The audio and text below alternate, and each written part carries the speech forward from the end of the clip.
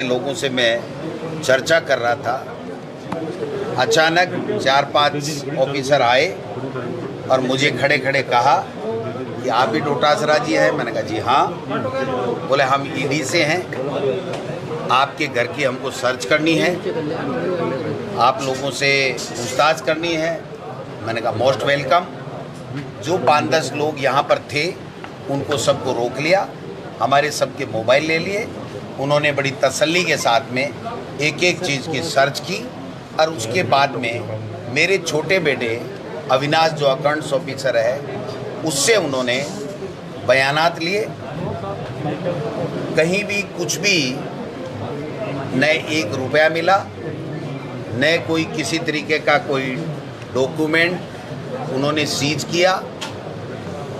केवल और केवल 3 मोबाइल, मेरे दोनों बेटों का 3 मोबाइल और जो ईमेल है दोनों की बेटों की वो लेकर के गए हैं। और मेरी ईमेल उनसे खुल नहीं पाई, उसको डिलीट नहीं करने का मेरे से एफिडेविट लेकर के गए हैं। इसके अलावा कुछ भी मेरे यहाँ से नहीं मिला।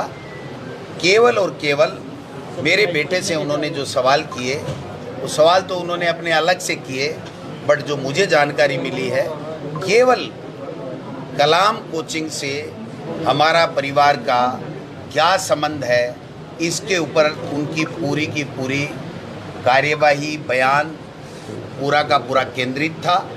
पेपर लीक का एक भी सवाल किसी भी सदस्य से हमसे नहीं पूछा गया।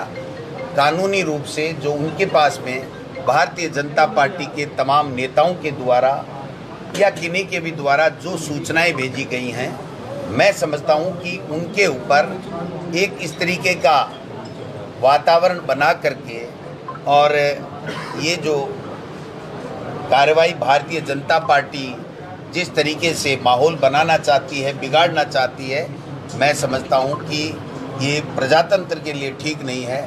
हम तैयार हैं, जो भी ईडी को कोई भी पूछताछ करनी हो, कोई भी जानकारी लेनी हो, हम उनको जानकारी उपलब्ध कराएंगे। जो भी दस्तावेज चाहिए उनको वो हम दस्तावेज उपलब्ध कराएंगे।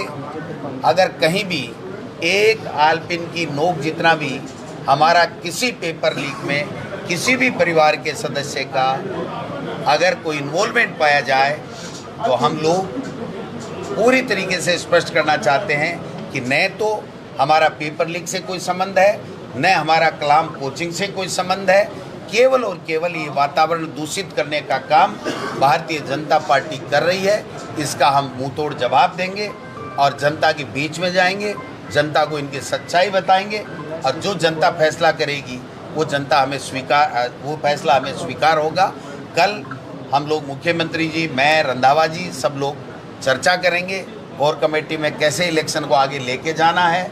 ये हमारा टाइम वेस्ट करना चाहते हैं, हमको प्रेशराइज करना चाहते हैं, हमको डराना चाहते हैं। न हम डरने वाले हैं, न प्रेशर में आने वाले हैं। हमने कोई गलती नहीं की, हमने कोई भ्रष्टाचार नहीं किया, हमने कोई गड़बड़ नहीं की। न पेपर लीक से हमारा कोई संबंध है, न कलाम कोचिंग से हमारा संबंध है। उसके बावजूद भी जो जानकारी या जो जांचें जो ईडी को करनी है उसमें हम पूरा सहयोग करेंगे। ये मैं आपको आश्वस्त करना चाहता हूँ, मीडिया के माध्यम से बताना चाहता हूँ कि अगर कोई भी कार्रवाई कोई भी राज्य सरकार की एजेंसी या केंद्र की सरकार की एजेंसी करेगी उसका हम पूरा समर्थन करेंगे, पूरा सहयोग देंगे।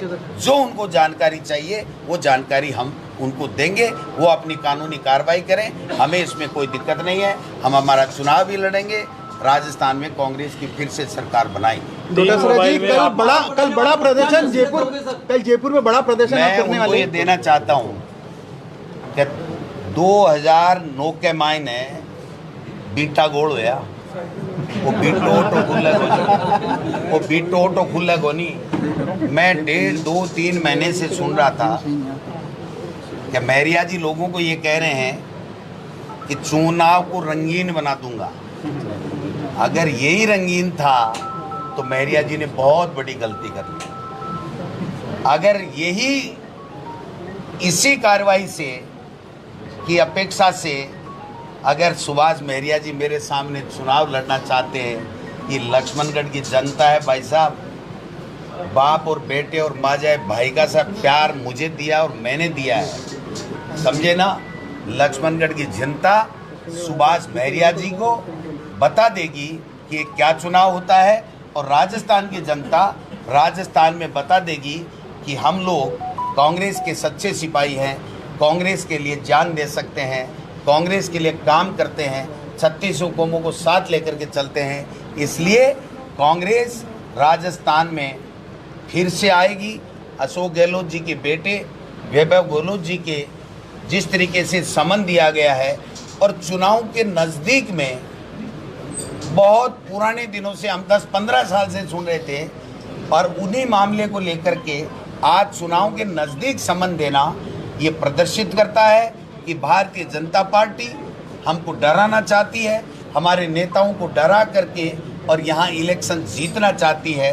मैं कहना चाहता हूँ ये राजस्थान की सूरवीरों की धरती है, ये हमारे शहीदों की सैनिकों की धरती है, ये किसानों की धरती है। मैं किसान का बेटा हूँ, मैं न डरने वाला हूँ न घबराने वाला हूँ। मेरे साथ में मेरे लाखों लाखों कांग्रेस के कार्यकर्ताओं का प्यार, आशीर्वाद और स्नेह है। मैं मुख्यमंत्री जी के बेटे को जिस प्रकार से ईडी ने समन दिया है, उनकी घोर शब्दों में निंदा करता हूं, और केंद्र की सरकार ने जो रवैया अख्तार वहां पर कर्नाटक में किया, वहां पे मुंह की खानी पड़ी। उन्होंने जो दूसरे स्टेट्स में किया, ईडी का प्रयोग करके जिस प्रकार से डरा धमका के माहौल ख़राब करने की, जीतने की चेष्टा की थी, वो वहाँ भी नाकामयाब हुए, और यहाँ भी राजस्थान में भी वो अपने इस गलत मिशन में नाकामयाब होंगे। हम कामयाब होंगे, कांग्रेस जीतेगी और फिर से सरकार बनाएगी। संजीवनी की जांच के लिए भी कुछ कहा है क्या? वो नहीं करेंगे, आपकी बात नहीं, वो नहीं करेंगे। मेरी बात मुझे पता है, जब मुख्यमंत्री बार बार कह रहा है केस दर्ज है, एसओजी मुलजिम मान चुकी है, उसके बावजूद भी अगर उनके खिलाफ करोड़ों करोड़ों रुपए के घोटाले की बातें जब आ रही हैं, उसके बावजूद भी अगर ईडी कार्रवाई नहीं कर रही है, और राठौड़ साहब की प्रॉपर्टी की जांच करा ली जाए, सुभाष महरिया जी की पूरी प्रॉपर्टी की जांच करा ली जाए, और गोविंद डोटासरा की पूरी प्रॉपर्टी की जांच करा ली जाए। राठौड़ साहब कह रहे हैं ना, दूध का दूध और पानी का पानी हो जाएगा। अगर हिम्मत है इन दोनों नेताओं में, तो मेरी और अपनी खुद की जांच करा लें। दूध का दूध पानी कैसे होता है, या दूध फटता है, या दूध क्या होता है, वो पता नहीं। सर एक बात और थी कि जैसे आपके समर्थकों में काफी उत्साह था आज, और इनका ये भी कहना था कि हम तो धन्यवाद दे रहे हैं ईडी को कि आज जो माहौल है वो जीत के बजाय लीड पे हो गया। आप भी मानते हो इस बात को? देखिए, कार्यकर्ता मेरी जान है, और कार्यकर्ता के कारण से गोविंद डोटासरा की ये हैसियत है। इसलिए कार्यकर्ता का मेरे पास शब्द नहीं है, मैं किन शब्दों में आभार प्रकट करूं। 9 बजे से लेकर के रात को 9 बजे तक जिस प्रकार का जो प्रदर्शन, जो मेरे समर्थन में जो नारेबाजी और जिस प्रकार का जज्बा दिखाया, मैं मेरी जिंदगी नहीं, मेरा पूरा परिवार कभी जिंदगी में भूल नहीं सकता। और मैं महरिया साहब को कह देना चाहता हूँ, आप फार्म भरना, और फार्म भरने के बाद में गोविंद डोटासरा पूरे राजस्थान में रहेगा, लक्ष्मणगढ़ में गोविंद डोटासरा चुनाव नहीं लड़ेगा। कांग्रेस के कार्यकर्ता और लक्ष्मणगढ़ के लोग चुनाव लड़ेंगे। धन्यवाद। जय हिंद, जय भारत।